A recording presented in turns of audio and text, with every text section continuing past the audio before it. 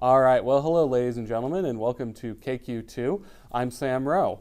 Today we have a very exciting interview to present to you. We are talking to Libertarian presidential candidate Chase Oliver. Mr. Oliver, how are you doing today? I'm feeling great. I'm actually out in Los Angeles right now in the middle of an 11-day campaign swing across the country. And so I'm really excited to be with you and your audience today and speaking the libertarian message out to as many voters as possible. So thank you for helping me reach your audience. I look forward to a great conversation. And thank you for taking some time to join us today. I'm sure you're very busy out there on the campaign trail, but we appreciate you coming in today. Hey, it's been great. And, yeah, it's definitely the last 2 weeks of the crunch time. The marathon has turned into a sprint, Yes, but I'm happy to be with you. for sure. It's maybe felt like a sprint for a little while, but I will just first off have you introduce yourself to the voters, talk about why you're running and what you hope to gain out of this election. Yeah, so I'm a 39-year-old resident of Atlanta, Georgia, who is running as the Libertarian candidate for president because we are a political party that is rooted in the idea of self-ownership, self-governance, and non-aggression. And so we're bringing a radically different message to the voters than what they're getting out of Republicans and Democrats. And boiled down to its essence, it's this. You're living your life in peace. Your life's your life, your body's your body, your business is your business, and your property is your property. It's not mine and it's not the government's. I trust the average American to better run their lives than a centrally planned bureaucracy in Washington, D.C. And I think a lot of voters are feeling frustrated about Washington, D.C. and what's coming out of it. And I think that I join in those frustrations, but I think the solution isn't to try to put a Band-Aid on that. I think the solution is to decentralize the power away from Washington, D.C. and bring it back to as many individuals as possible. In this race, we've seen a lot of changes since the beginning of the race. We've seen, obviously, the switch from Joe Biden to Kamala Harris. And we've also seen Robert F. Kennedy Jr. Drop out and throw his support behind Donald Trump. How have those changes in the race changed your campaign and your approach? Well, it's certainly what I would probably describe, everybody says this year is the most important election. I don't ever fall for that, but I do say this is the most unique election of my lifetime because of these factors. But it really hasn't changed me much. My message has been pretty straightforward throughout this process.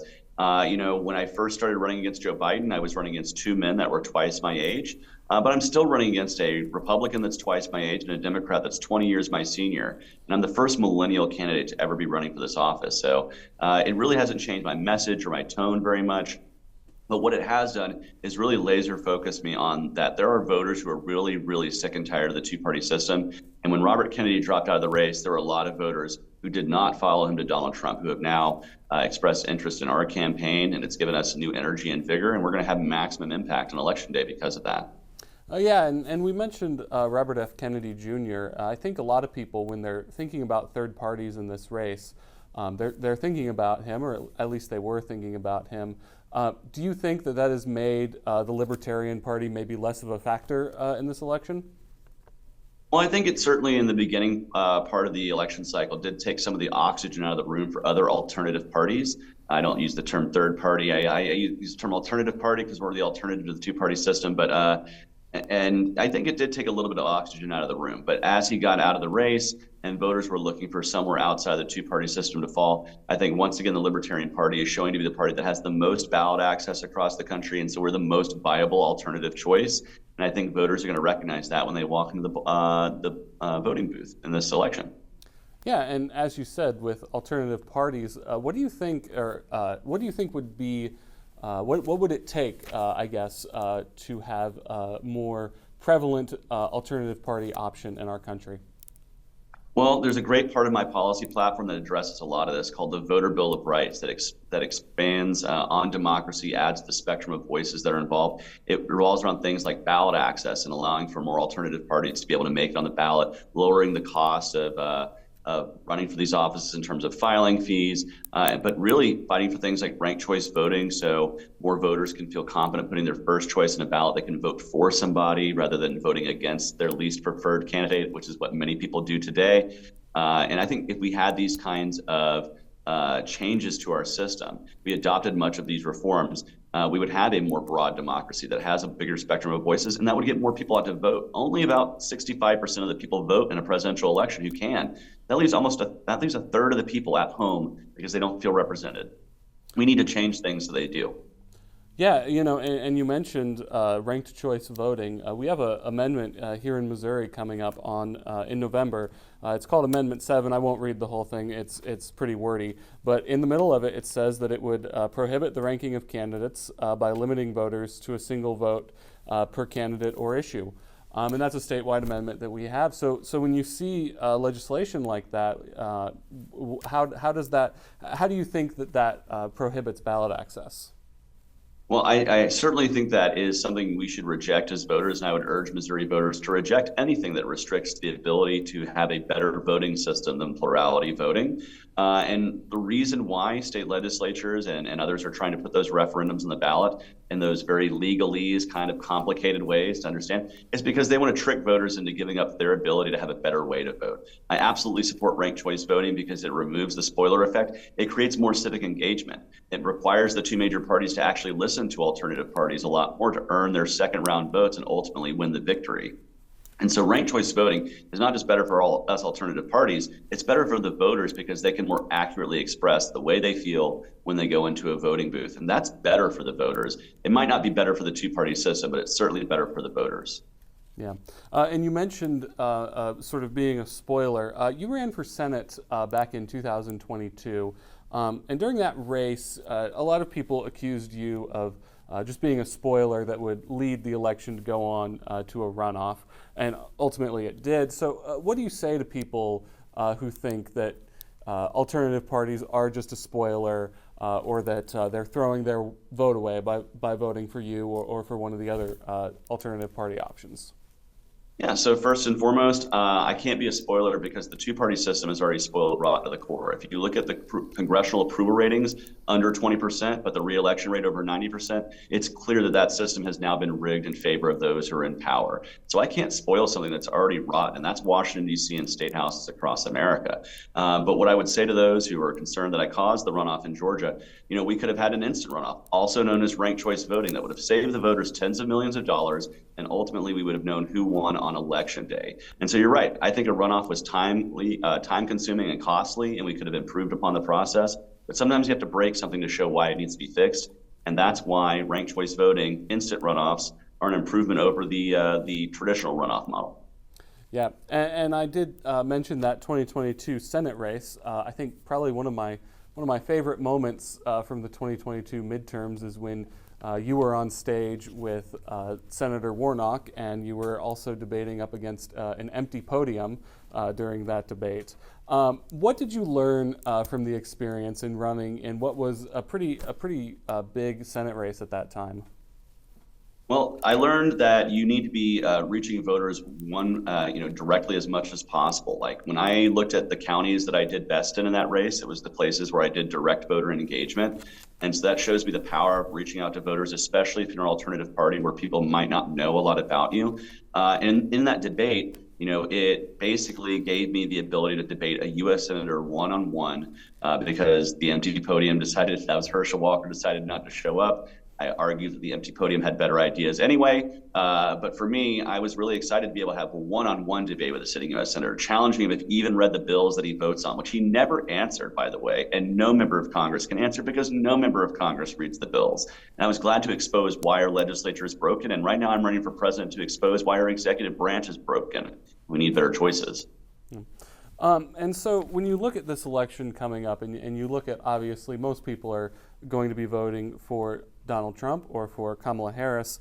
Why should someone vote for you over one of the other third-party options, such as Jill Stein, Cornel West, et cetera? Well, first and foremost, I'm the alternative party that's going to be on the ballot in most states. There's a lot of states where you won't have the option to vote for a Cornel West or a Jill Stein. And if you want to express your disinterest or your dissatisfaction with the two-party system, I'm right there ready to earn your vote. But in a lot of states, first off, I am the candidate that's going to be completely active post this election. I don't just run for president and hang up my boots. I'm going to continue to be very active in building the Libertarian Party, building an alternative party movement across the country. And so when you're investing in me today, you're investing in the Libertarian Party to build itself going forward. We are the third largest political party, and we're the only one that's truly defending free markets and free trade in a way that used to be the norm for Democrats and Republicans. But more and more, they support protectionism, they support central planning in the marketplace.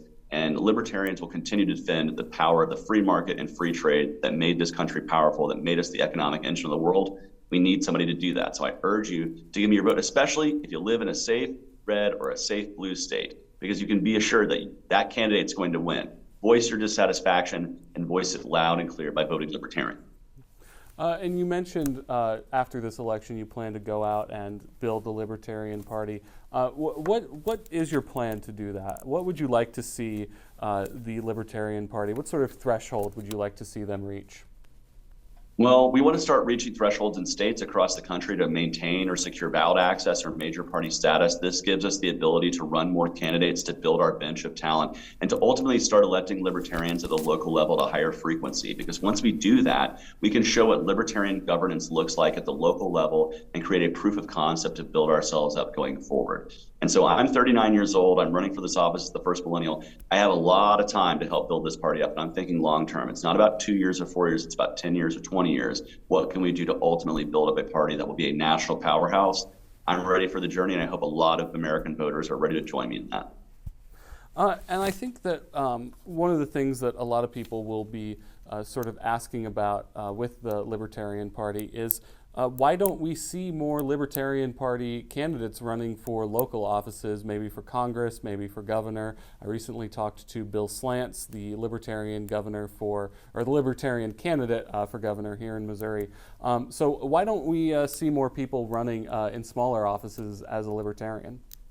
Well, we do have a lot of candidates running across the country in local offices all over the nation. I just got back from door knocking in El Paso with some great county commission and city council candidates out there in Texas. But we do have candidates running at every level. But in many places, it's very hard to run candidates locally. My home state of Georgia, we have some of the most burdensome ballot access barriers to running for state legislature or for Congress.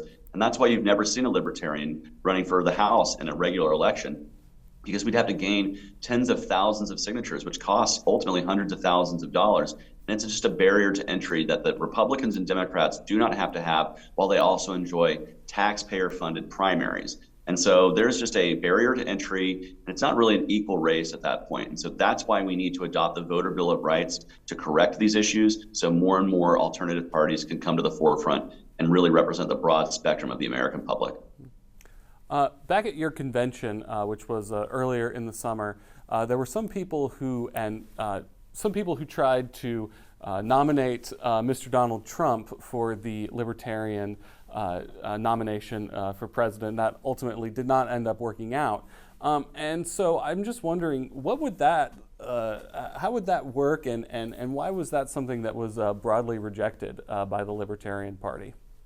Well, first and foremost, he just wasn't qualified to run for president of the Libertarian Party because he wasn't a party member, and ultimately, I think 3 people supported that idea out of 1,000. But yeah, I think honestly, it's up to us as the Libertarian Party to make sure that we're not playing as the JV team for one or the other. And I'm proud to be an alternative to both. I'm running against Donald Trump and Kamala Harris. If either of them win, I feel like we're going to be in a bad shape as a country, and so I'm sounding the alarm that both of them have bad policies in the economy and other areas that are very important to the American people. But yeah, I'm glad to see that the Libertarians loudly rejected Donald Trump and Robert Kennedy, for that matter, from being our nominee, because neither of them are principled libertarians. And if we're going to be the Libertarian Party, we better be leading with libertarian principles. Yeah, and speaking of those libertarian principles, why do you think your party chose you to be the candidate this election? Well, I think they've seen my history as a candidate in my U.S. Senate race, and I've had an impact in that race, an outsized impact for relatively minor resources being able to garner that runoff.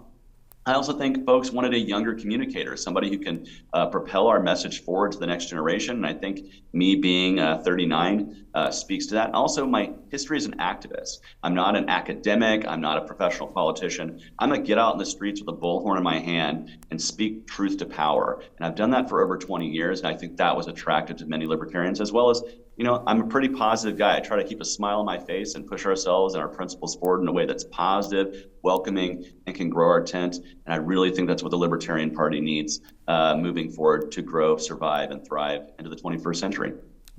And we were just mentioning Donald Trump, and I'll ask you about both candidates, both Trump and Harris, but what do you see as the biggest strengths and weaknesses of Donald Trump? Well, I think the biggest strength of Donald Trump is he is somebody that he has the power of celebrity. He has that kind of natural TV star kind of quality that gets attention. I mean, we just saw millions of us watching him serve French fries at McDonald's, for instance, which, if I had gone to serve French fries at McDonald's, I don't think there'd be quite the same amount of charisma and television notice because I wasn't a reality TV star. So I think he has that kind of natural connection with the camera, which is something that a lot of politicians lack. So I think that would probably be his greatest strength, if I was to label that. And how about his biggest weakness? Well, his biggest weakness is his lack of principle. It's the fact that he kind of takes the advice of whoever whispers nice things in his ear the most recently. And it's his love of strongmen authoritarians around the world. Like he loves Orban and he loves Kim Jong-un and he loves Vladimir Putin. And for me, it's like I don't really fall in love with authoritarian strongmen maybe the same way he does. And I think that's kind of a weakness for him.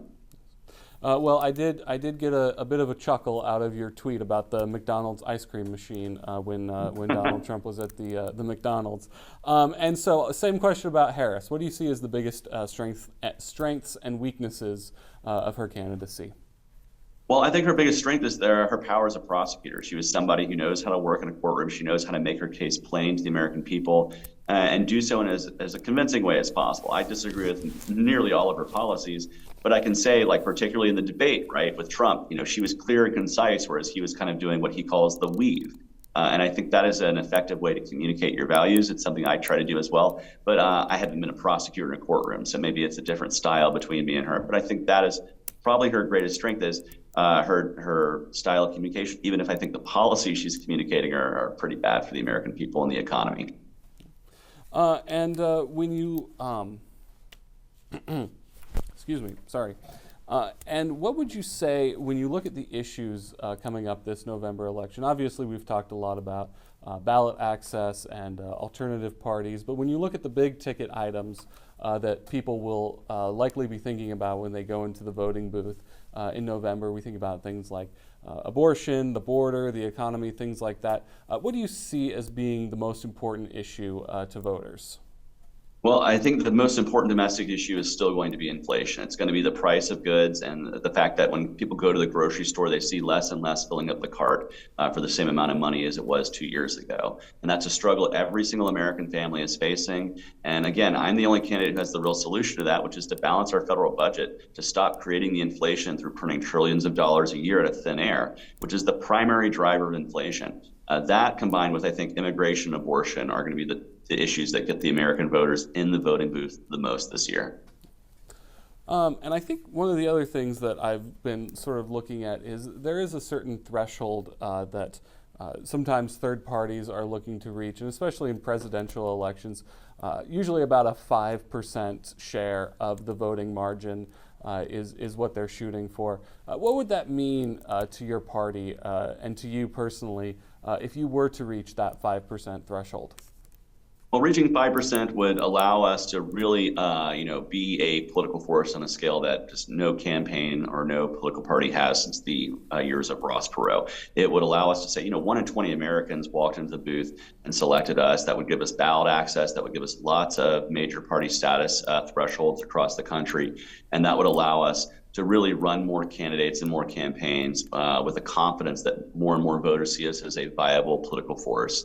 And so, yes, 5% would be a game changer. In many states, 2 and 3% is the game changer. It allows us to secure that ballot access to that party status. And so each and every state is different. And that's the targets we're really looking to hit as the victories beyond the ultimate victory, right? If we don't win on November the 5th, we want to make sure we have lots of other wins across the country. And that's what our campaign's aiming to do.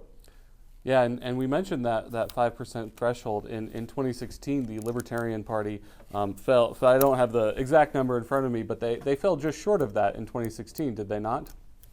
Yeah, we fell about a little over a percentage point. I think it was 3.9% of the vote is ultimately what we got in 2016. And that was with a great effort. And I think we can rise to that and surpass that in the coming years if we focus ourselves, build our party up with a professional mindset. And I'm looking forward to leading the way to doing that in the years to come. Again, I'm 39. I got plenty of years ahead of me building the Libertarian Party and helping to make sure that voters know they have a voice outside of the Democrats and Republicans. And I guess what would be just your final message to voters before they go out to the polls in 2 weeks? What would your campaign message be to them? Well, if you want something different, you need to vote for something different. We have been voting within this two-party system long enough, and particularly since 2016, with the Trump and Biden years, we have seen just back and forth division, polarization, and turning neighbor against neighbor, turning family member against family member for politics. And I think that is because we are so polarized and so divided along this left, right, red, blue spectrum. And I think it's time to break that up, shake that up, and vote differently to provide more voices. Because when there's more than two voices in the conversation, you don't feel like you have to stick to black or white. You can actually look at the nuance and the shades of gray in the world and be honest about yourself. And I think that would make our political system a heck of a lot better. So I encourage voters, wherever state you live in, reject the two-party system and vote Libertarian. Vote for your freedom. Vote for your own self-governance. All right. And the last thing I'll ask you about here is a couple, I think it was last week, you were talking with some people in Georgia at a Waffle House. And when you were there, you said that you were a part of the Waffle House caucus. So what does that mean to be a part of the Waffle House caucus, and how can people join that? Well, the Waffle House Caucus is an awesome group on Facebook. It is for those who are libertarian, who are enthusiastic about hash browns, being scattered, smothered, and covered, and all that good stuff. And so I encourage folks to check it out. But really, it's part of the pop culture caucuses within the Libertarian Party. You know, we are big fans of all kinds of things. And so we want to make sure we are spreading the message of liberty while we're enjoying ourselves some delicious waffles. And I encourage anybody. I'm from Atlanta. We're from the Mecca of Waffle House. Please go enjoy some Waffle House if you got one in your area.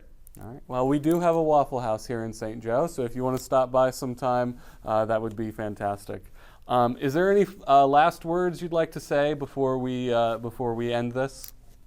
Yeah, I encourage voters to take an honest look at my campaign. Do a blind taste test, so to speak, of my platform versus that of Donald Trump, Kamala Harris, and anyone on your ballot, and be honest and vote for the person you think is best. You can find that platform at votechaseoliver.com. And of course, you can follow me on social media. I encourage you to do so. We do great McDonald's memes, as you just said. So I encourage folks to check us out.